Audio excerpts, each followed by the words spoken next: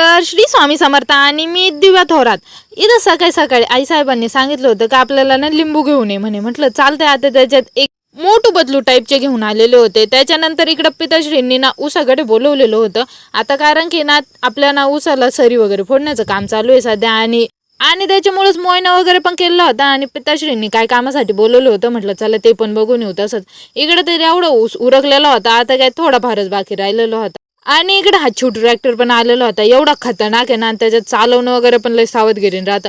पण याचं कसं आहे, मूर्ती लहान पण कीर्तिमान, काम एकदम खतरनाक करते. आता ओला असल्यामुळे पेंट वगैरे पाडायला लागतं आणि इकडं आपले छोटे सरकार आता मस्त आरामात बसलेले होते. मस्त ड्रिल वगैरे बघत होते. पण कशाचं काही अजिबात शांत बसून द्यायचं नाही. त्याच्यात लगेच त्याचं होऊन जातं. एक तर त्यांच्याकडे जाऊन खूप दिवस झालेले होते. त्याच्यामुळे काय आपले छोटे सरकार उत्साहीचं असतात.